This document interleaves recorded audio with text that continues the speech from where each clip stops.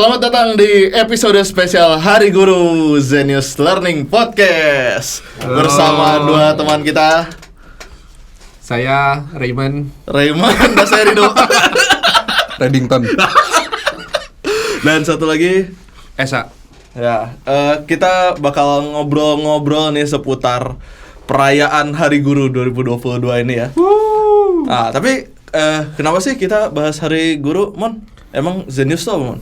Jadi kok dilempar gue ya? Jadi Zenius ini kita Zenius adalah sebuah platform belajar secara daring. Kita udah dari tahun 2004 Yes. resminya, tapi kita baru mulai ada live kelasnya itu dari beberapa tahun yang lalu. Beberapa hal yang kita tawarkan ini antara lain adalah konten-konten video pembelajaran dan juga soal juga banyak. Kita ada tryout. Dan kita cover mulai dari SMP sampai SMA sampai persiapan masuk perguruan tinggi. Dan juga AKM. SD juga lagi dibikin. SD kita lagi on progress ya, tapi ya gitulah. Ya, kita sih gimana, Bapak Kondev aja ya. Ya betul.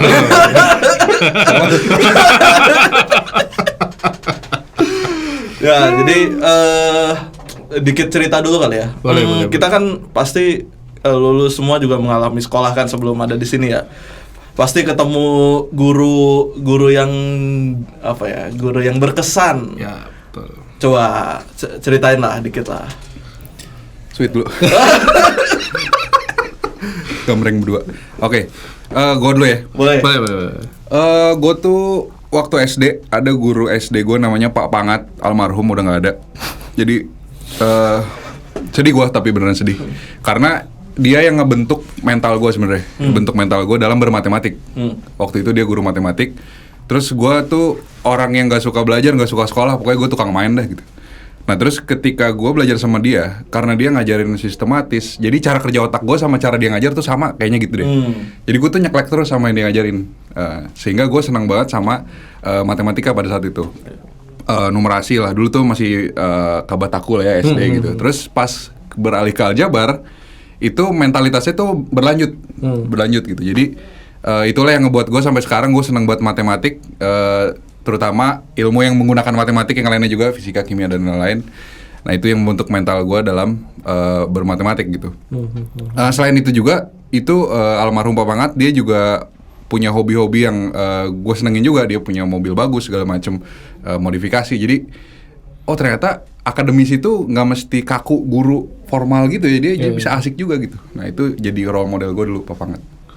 Gitu. Nah itu kalau nih dikit gue jadi nyambung dikit. Ini sebetulnya kan kalau kita ngomongin di apa ya, di kuliahan formal ya.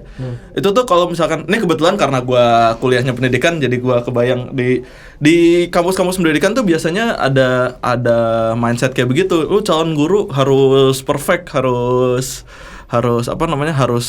nyontohin yang baik-baik. Nggak boleh ngomong kasar misalkan, ya nggak boleh ngomong kasar mah ya secara umum iya, tapi maksudnya ya gitu-gitulah yang kesannya formal terus. Tapi kalau dilihat-lihat, gue ya kalau reflect ke gue sendiri lebih banyak terinspirasi sama guru yang apa ya, guru yang memperlihatkan sisi manusianya justru. Cowboy. Iya, yang cowboy, yang apa ya? Yang justru nggak memperlihatkan kesempurnaannya gitu, nggak ngelihat gue guru harus sempurna, gue nggak mungkin salah kayak gitu. Saya sering ngomong kayak gitu. Kalau lu gimana, Bang? Sebenarnya banyak banget sih guru yang gue masih keinget orangnya, cara ngajarnya gimana. Tapi buat gue yang membekas itu ada 2 orang. Yang pertama guru gue matematika waktu kelas 12. Kebetulan wali kelas gue juga, namanya Bu Bedria. Sebelum itu, ini gue agak nyombong dikit, tapi emang udah suka matematika dan nggak kesusahan lah di matematika. Iya deh. Jadi matematika ITB.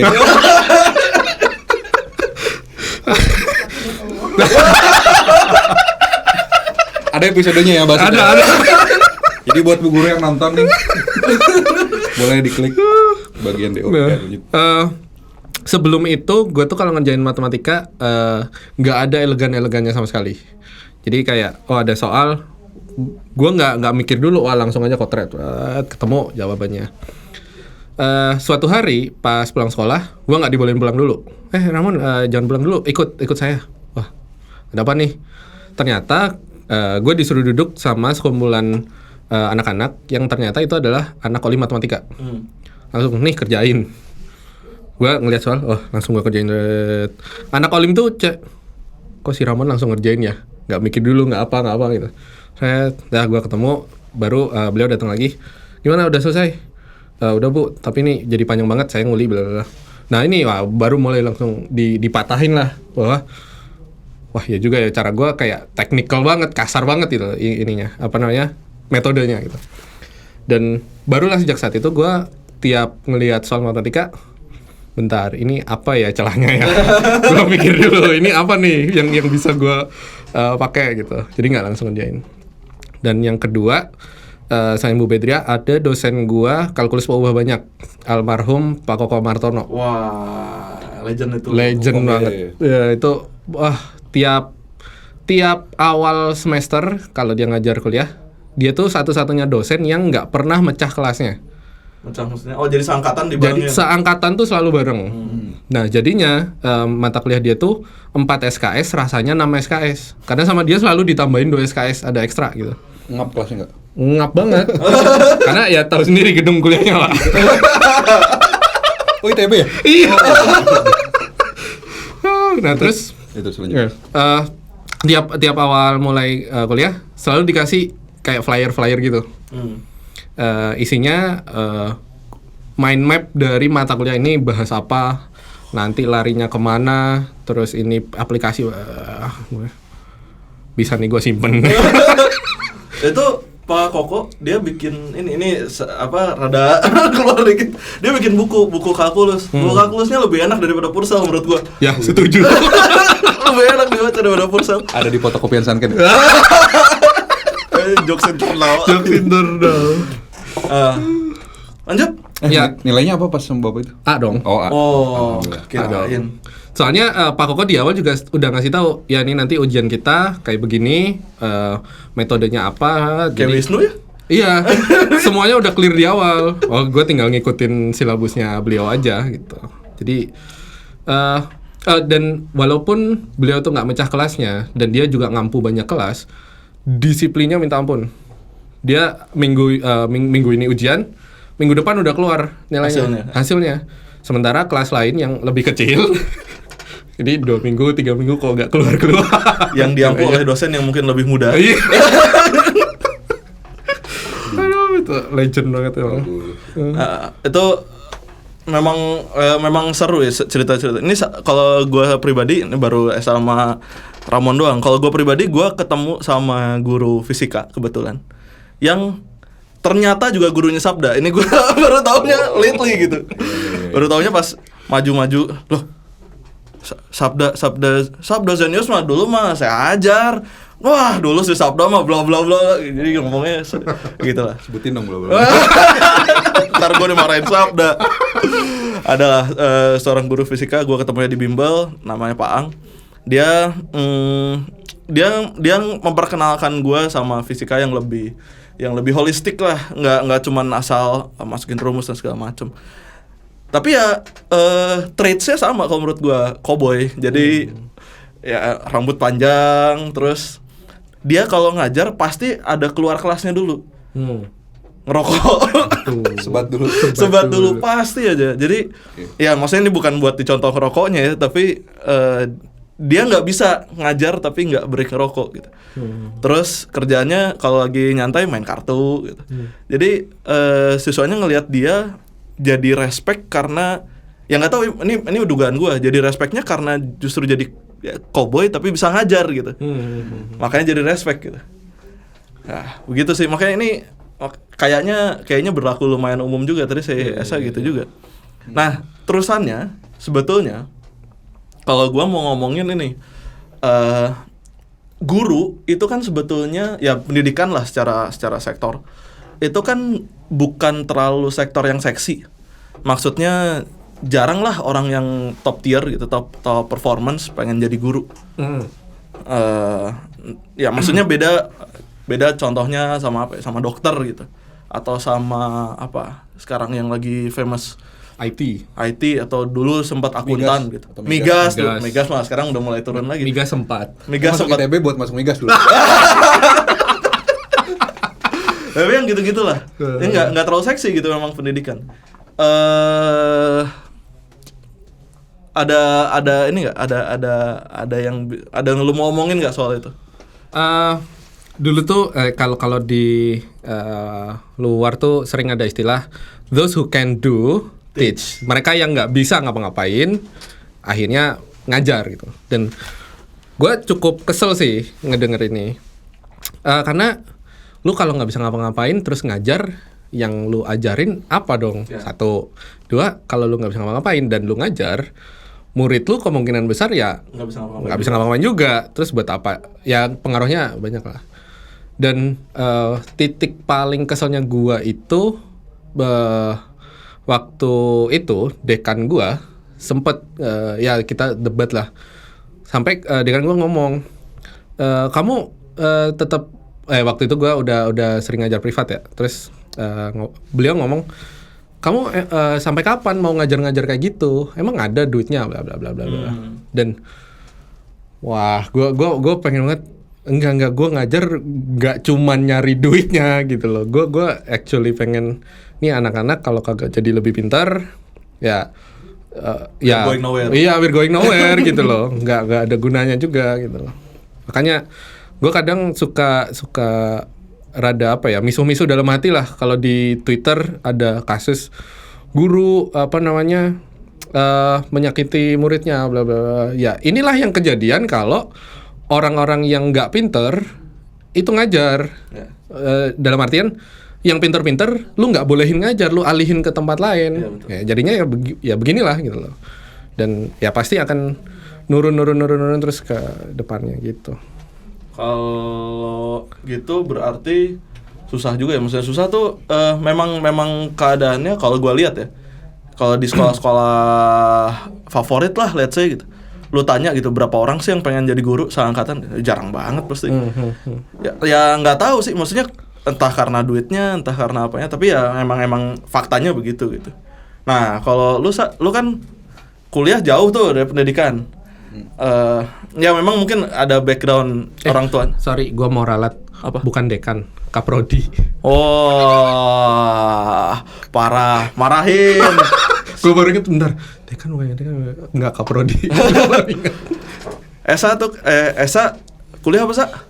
Material ITB. Material ITB, jauh banget dari pendidikan. Tapi mungkin Mungkin jadinya ini teaching material ya, Pak. Enggak, materi kelas kan itu materi. Ya. Boleh.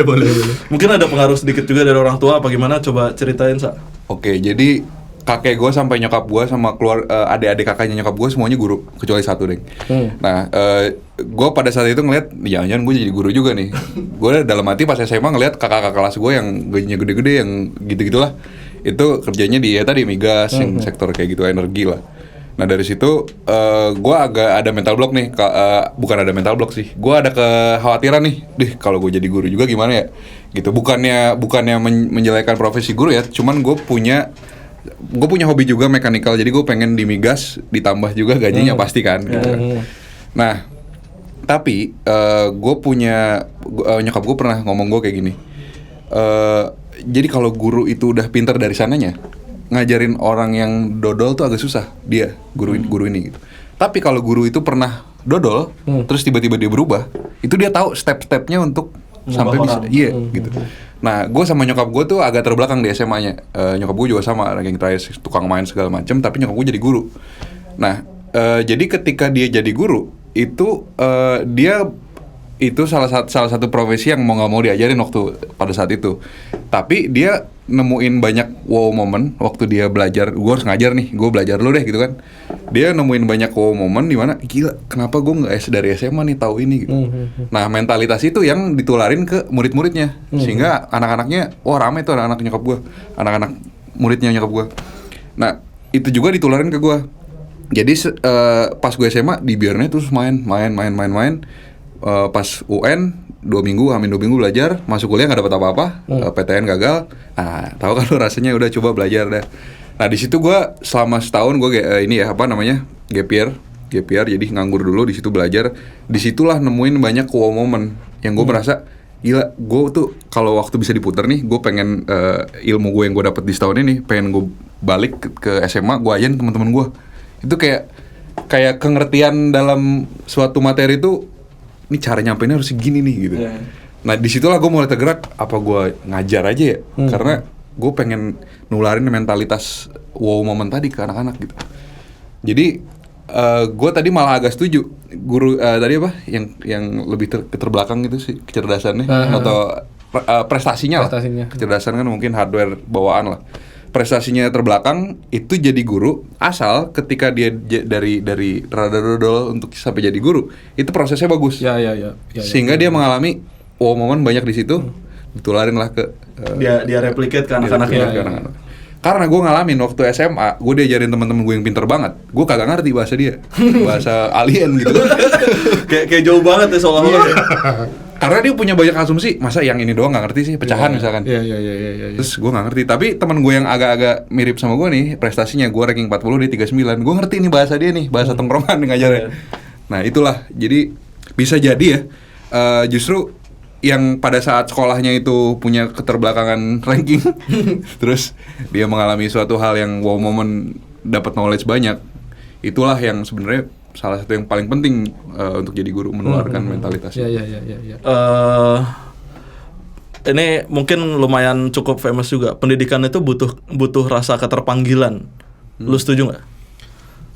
Ada benarnya, karena kalau apa ya? Ya itu biasa saja. Gua kalau di luar mah ceperan jauh lebih banyak. Di luar mah ceperan banyak. Kalau di luar pendidikan. Di luar pendidikan mah banyak. Ya macamnya ya bisa macam-macam lah. Tapi ya gue stay di pendidikan karena ini apa ya? Fulfillment. Fulfillment. Dua, karena ini kalau gua nggak di sini siapa lagi? Ya kesannya sombong banget ya. Tapi kayak nggak, gue harus di sini gitu loh. Gitu. Iya, gue juga punya perasaan itu sih. Di kala dulu gue nggak tahu apa-apa, sampai sekarang agak tahu dikit lah gitu. Iya, tentang fisika segala macam gue lumayan ngerti lah gitu. Gue pengen nularin mentalitas itu karena anak yang lagi belajar sekarang nih gitu.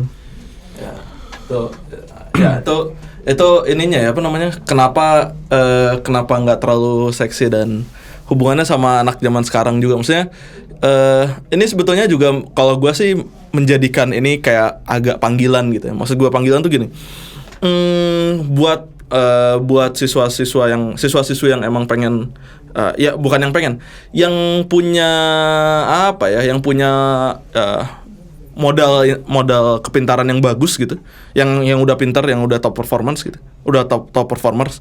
Mungkin entah gimana caranya, tapi kita mesti bukan arahin sih, pasti ada sebagian dari situ yang terjun ke pendidikan gitu. Karena kalau nggak gitu ya gini-gini aja mungkin gitu.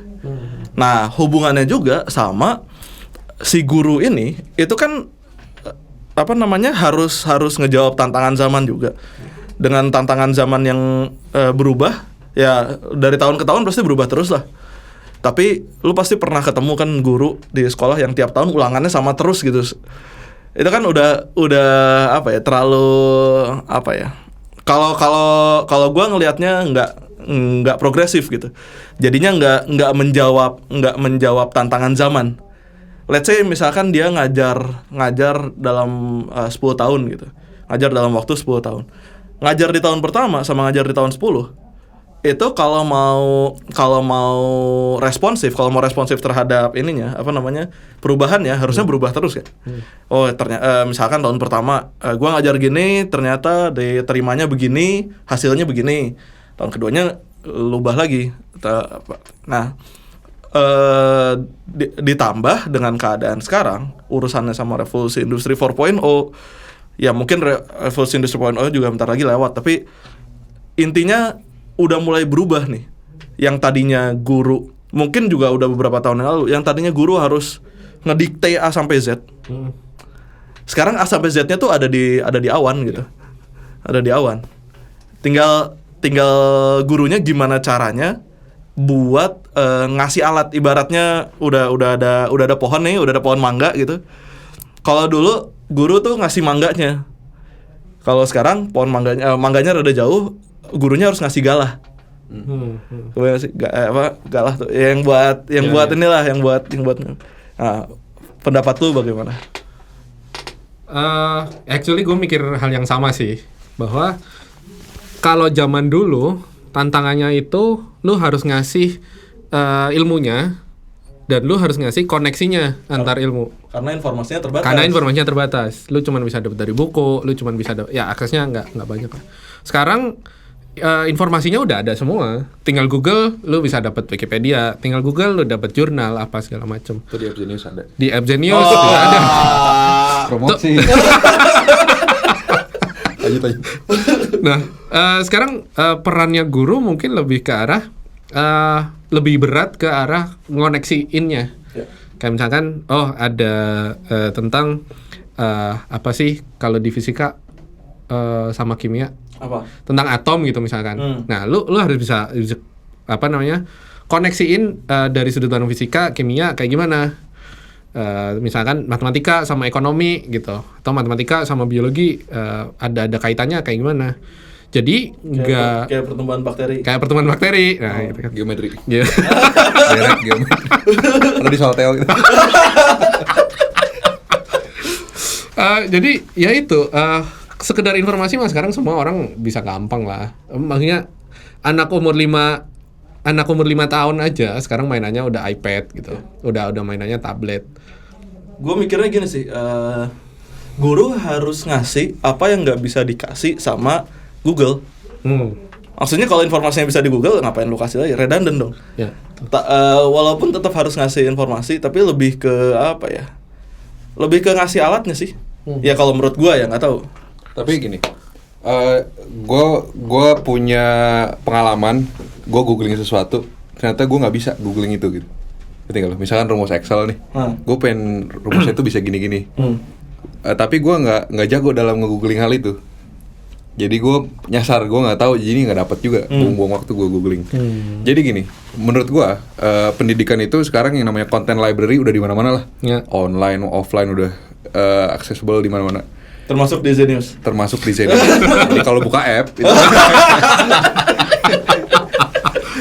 ya gitulah, content library udah banyak di mana-mana. Tapi yang jadi masalah adalah konten yang mana yang tepat buat lu sekarang. Ya. Nah, itulah peran guru yang menurut gue sebagai guru numerasi, gue tuh harus bisa teach at the right level. Teach at, jadi di kanan, di right. Nggak bercanda, salah. Jadi kita ini di left right. Di left level. Ya jadi gue harus bisa, gue seberusaha mungkin gue ngajar di level yang tepat. Misalkan nih ya, gue ngajar integral gitu misalkan. Terus ada suatu pangkat yang harus dikemanain atau pokoknya operasi pecahan di dalam situ gitu. Nah ketika gue ngoperasiin suatu integral, terus ada anak-anak yang ngerti, bang kok jadi ke situ angkanya atau kok jadi gini. Terus gue mikir, wah jangan-jangan nih anak nggak ngerti eksponen nih, gitu kan. Jadi di situ gue harus mikir, oh ternyata gue harus balik dulu ke eksponen nih, biar integralnya lancar gitu. Nah jadi mungkin ya fungsi guru sekarang itu lebih ke kita ada media nih, terus ada usernya, lebih ke nempatin usernya itu, lu harus yang ini dulu nih, lu baru yang ini. Terus misalkan dikasih soal atau tryout, dilihat prosesnya anak-anak, oh dia nyangkutnya di aljabar nih gitu kan. Oh berarti gue harus ngasih kontennya mah ada, dia nggak usah ngajar gitu. Ya. Sebetulnya itu juga sebenarnya dari dulu gue yakin udah dilakukan. Cuman sekarang porsi kesananya jadi harus lebih besar. Karena konten library ini nyambung ke guru sebagai pendidik sama sebagai pengajar.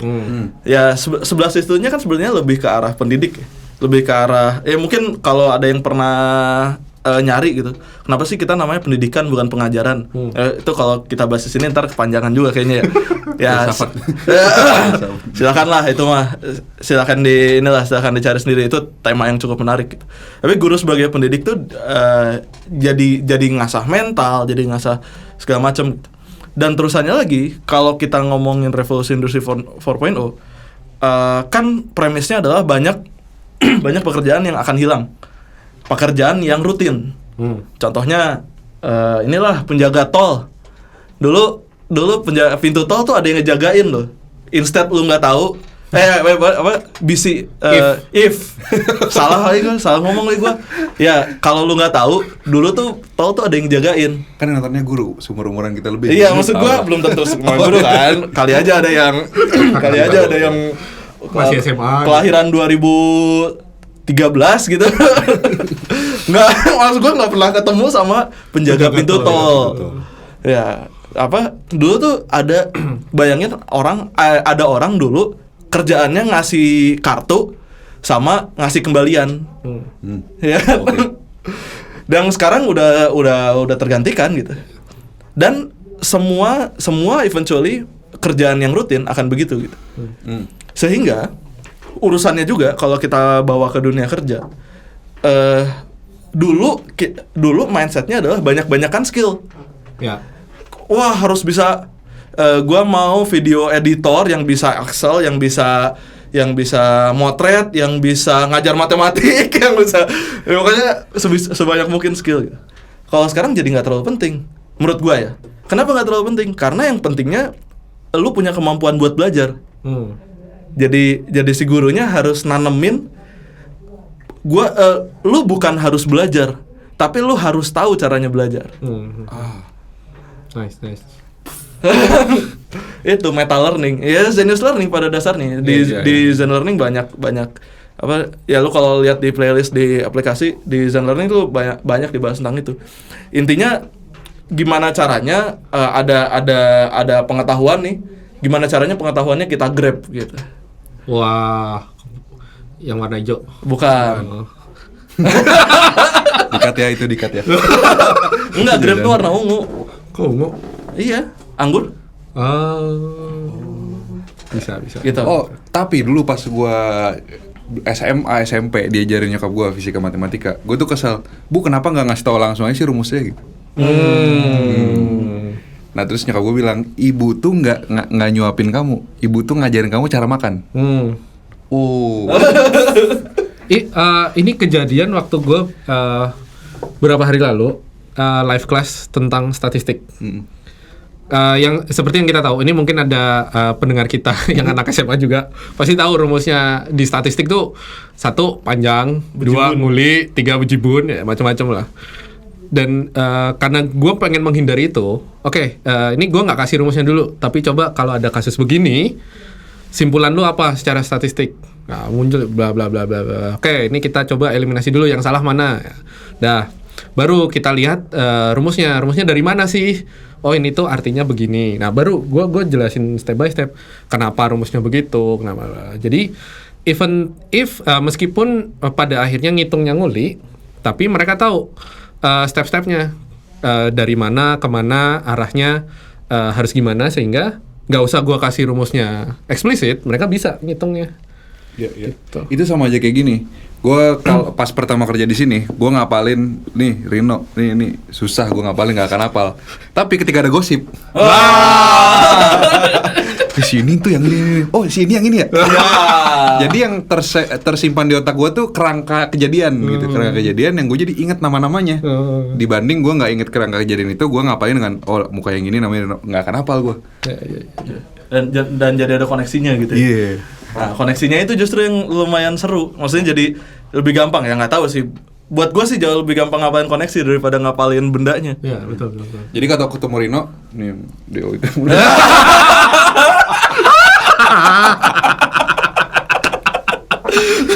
Udah ada identifier. Oke, terakhir deh. Ini kan udah banyak nih, kita udah banyak ngebahas. Terakhir, kalau gue sebagai penutup, gue pengen tahu guru ideal menurut lo itu punya traits apa aja sih? Punya ini apa aja? Punya sifat yang gimana aja? Silakan. Oke. Gue pengen ngutip buku yang pernah gue baca sama orang lama lah pokoknya. Intinya gue masih setuju dengan framework itu, di mana pendidikan itu harus bisa mempertajam kecerdasan, ya kan? Mempertajam kecerdasan. Terus yang kedua apa ya? Lupa gue. Yang kedua itu, yang ketiga gue ingat memperhalus perasaan. Oh, yang ketiga memperkukuh kemauan. Yang kedua. Nah, jadi gue masih pakai banget framework itu, di mana yang pertama yang kita ajarin itu harus kita pastiin cerdas dulu. Otaknya itu softwarenya jalan dulu, jangan ada bug error gitu. Yang kedua, memperkukuh kemauan, intrinsic motivation. Anak-anak senang belajar tuh kalau apa sih? Ya kalau mereka relate topiknya dengan apa yang dipikirin, apa yang lagi dia penasaranin. Itu pas, terus gue lagi penasaran ini terus diajarin. Lu gimana sih rasanya kalau lagi penasaran terus tiba-tiba muncul info itu gitu. Wah, gitu kan. Nah, jadi itu sebenarnya memperkukuh kemauan itu caranya nggak hanya, semangat, ayo semangat, nggak gitu. Cuman kita harus tahu dulu, si otaknya anak ini nih begini nih, gue masukin ini gitu. Gimana cara ngeklikinnya gitu. Memperkukuh kemauan, intrinsic motivation. Yang ketiga, memperhalus perasaan. Jadi guru itu menurut gue harus bisa mengerti orang lain dan dimengerti sama orang lain. Nah, begitu juga dia harus ngajarin itu ke muridnya. Muridnya nanti kan mengalami hidup yang panjang kan setelah sekolah. Nah, intinya gini, murid-murid lu harus bisa mengerti semua orang dan dimengerti semua orang. Ya intinya gimana pun cara ngajarnya. Jadi 3 hal itu yang sebenarnya jadi framework yang paling gue utamain kalau ngajar gitu. Dan itu juga jadi visi kita kan sebenarnya secara nggak sadar, secara asik. Yes. Kalau kalau buat gue pribadi sih, buat gue guru yang ideal itu guru yang at least dia nggak matiin curiosity-nya anak-anak. Karena banyak hal yang bisa lu kulik dari gimana seorang anak tuh menyatakan curiosity-nya. Nah, dari situ lu bisa pilah-pilah, gua ngajarnya harus kayak gimana. Nih anak kalau gua kasih begini bisa terima apa enggak. Karena ya seperti pepatah ya, curiosity kill the cat, but satisfaction brings it back. Jadi rasa ingin tahu itu bikin kucing tuh jadi mati gitu. Tapi karena kepuasan itu bakal bikin dia hidup lagi gitu. Ya maksudnya kalau misalkan ada api, bukan terus disuntrungin, nih api panas kan nggak gitu. Tapi kita yang ngawasin, lihat tuh kalau misalkan api rasanya gimana, coba deketin lagi kan kayak gitu. Itu sih menurut gua salah satu traits yang ya cukup penting selain yang disebutin Esa ya, yang cukup penting untuk seorang guru ideal gitu. Buat gue ini terakhir dari gue, kalau gue guru ideal itu guru yang bisa ngasih lihat ngasih lihatnya, tapi gini, bukan ngarahin, tapi ngasih nunjukin. Ya, bukan ngasih lihat warna merah, tapi nunjukin color palette. Kebayang gak sih? Nih loh, ada ini loh. Yang merah tuh yang ini. Tapi ada ini gitu. Nah, ini hubungannya gimana ya? Big begitu. picture, big ideas. Yes. Ya, begitu sih. Sama itu yang ya big ideas itu. Kadang-kadang juga hubungannya sama curiosity juga. Ada beberapa yang kalau misalkan kita terlalu, kalau bahasa Sundanya mah ngayayai. Apa yang ngayayai? Datang ngayayai. Baru bahasa Sunda ya, Bu. terlalu bertele-tele kita jadi malah cenderung lambat gitu. Nah, itu juga. Ya, begitulah kira-kira obrolan kita di podcast spesial Hari Guru. Buat semua guru di Indonesia yang nonton ini, tetap semangat. Ini mungkin namanya juga pekerjaan, nggak cuma pekerjaan guru ya. Ada aja tantangannya, ada aja hambatannya gitu ya, ada aja kesulitannya. Tapi percayalah bahwa apa yang kita kerjain di sini itu punya impact yang sangat besar gitu. Malah ini gue rada curhat dikit. Kadang-kadang gue suka ngomong apa gitu ya di kelas, gue sendiri lupa gue ngomong itu. Tapi si anaknya nerima, terus diingetnya lama. Ya terus gue jadi ngerasa, wah ternyata apa yang gue ngomongin segitu besarnya impactnya sama orang. Nah, kadang-kadang ada rasa kayak gitu juga, dan itu ini begitu terus gitu. Memang ada kejadian begitu terus, dan memang besar pengaruhnya guru ke setiap anak. Jadi tetap semangat. Mudah-mudahan kita kita makin dipedulikan sama negara, sama stakeholder. Ya karena kan, tapi seiring berjalannya waktu kan juga lumayan banyak. Tadinya banyak cerita honorer, makin lama makin dikit. Cerita guru honorer yang menyedihkan. Ya, sekarang juga masih banyak, gue yakin. Tapi ya semoga makin sedikit. Semoga keadaan di pendidikan makin lama makin baik lah. Selamat Hari Guru. Selamat Hari Guru. Selamat Hari Guru 2022. Tetap semangat menghadapi perubahan-perubahan yang ada. Yes. Semoga Indonesia menjadi semakin maju. Ya. Penerus-penerus bangsa kita nih yang masih sekolah ini tanggung jawab kita buat supaya mereka jadi pemimpin-pemimpin yang benar. Yang ya betul. Yes. Amin. Nah, buat ini para pelajar-pelajar, siswa-siswa, lu mau daftar Zenius ataupun enggak, coba komen di bawah. Kalau di YouTube ya, kalau di Spotify kan nggak bisa komen ya. Komennya ke DM aja. Waduh. Coba ceritain, tunjukin siapa sih guru yang menurut kalian paling membekas, ceritain deh tuh di komentar. Ya, nggak usah sepanjang-panjangnya ya. Tapi ceritain aja biar ya kita semua tahu cerita satu sama lain. Dan gurunya juga jadi bangga. Wah, gue disebutin sama si ini di YouTube-nya Zenius nih. Tapi gurunya juga, Bapak Ibu guru kalau mau komen kesan-kesan gurunya siapa dulu yang menginspirasi dia. Atau muridnya malah. Atau yang teman sejawatnya mungkin. Iya, Boleh, atau muridnya, wah gue pernah nemu murid yang nyebelin nih.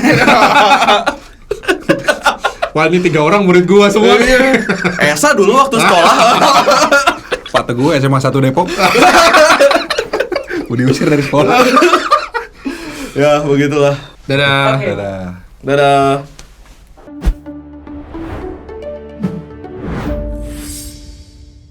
Guru apa yang jago loncat? Kang Guru. Betul. Guru apa yang pelajarannya udah ditemuin sama anak band? Kimia. Apa? Kimia. Gak tau. Kimi. Kimiaku.